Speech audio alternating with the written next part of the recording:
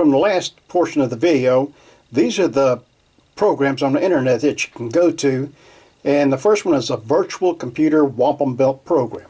What you can do is go to that site and it will give you a virtual Wampum Belt, and you can put the beads anywhere you want them and make your own design. I'm making a wedding Wampum Belt to be a gift to a couple that I'm going to be going to their wedding. The second one is a 4mm by 10mm graph paper.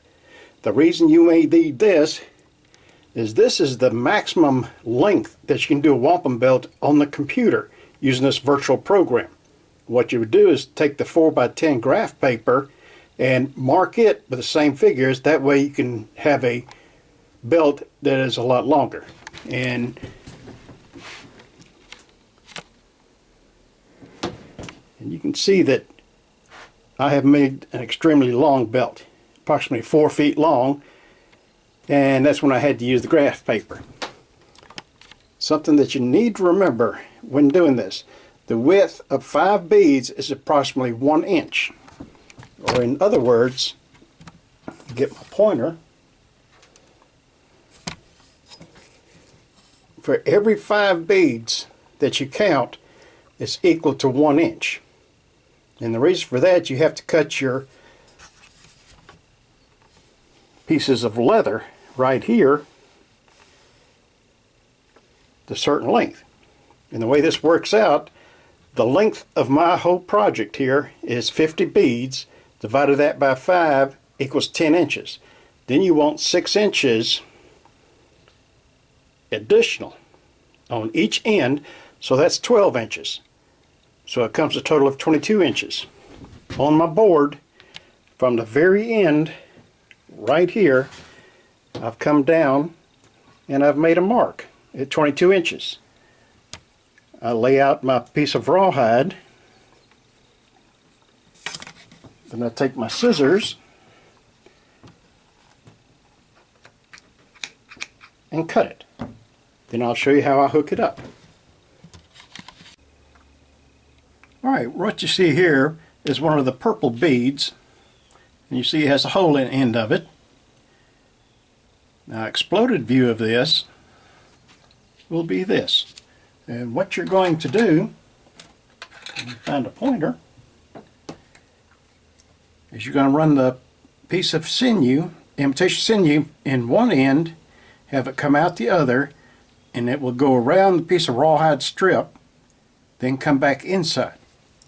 Now, if you cut this bead in half, it will look like this, where the sinew comes in, comes around the outside, and it'll come back in.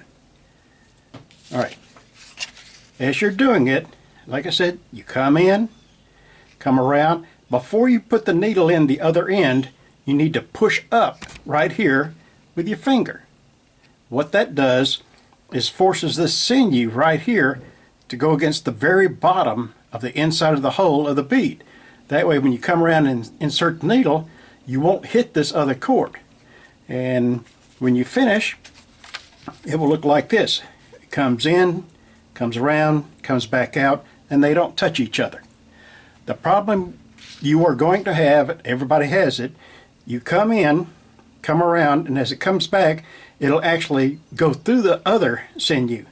Then it'll come out. It'll look perfectly fine, but when you try to tighten it up, it will not tighten. What is happening is the needle, as it comes back through, will go through the other piece of sinew through the middle. Now this piece right here can slide very easily, but this piece right here will not. And I will show you how to repair that, and that's why you have the smaller needle. And that will be used to pull the sinew back out of the beads. And I'll get it started. Generally, to get started, you take your sinew, which is right here. Now, you take off about 5 feet, then you take it and you split it into about 5 different pieces. And you melt the end of it until it forms a little ball right on the end. And that will lock it into the bead so it will not come out. So, like I said, you take the first 2 beads, that will lock the pattern in. Then you start doing the rest of it, and I'll show you that in just a minute. From here, I take my piece of leather, hook it into one of my holders that you can get at Walmart or REI, and I pull it out 3.5 inches past the hook, because using my type loom that I've built, when it comes up to right here, that's the 6-inch overhang that I need, that I'm going to use to tie off.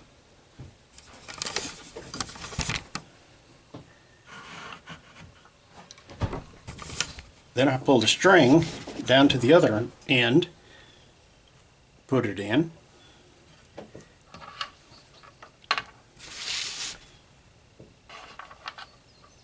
and taking another holder,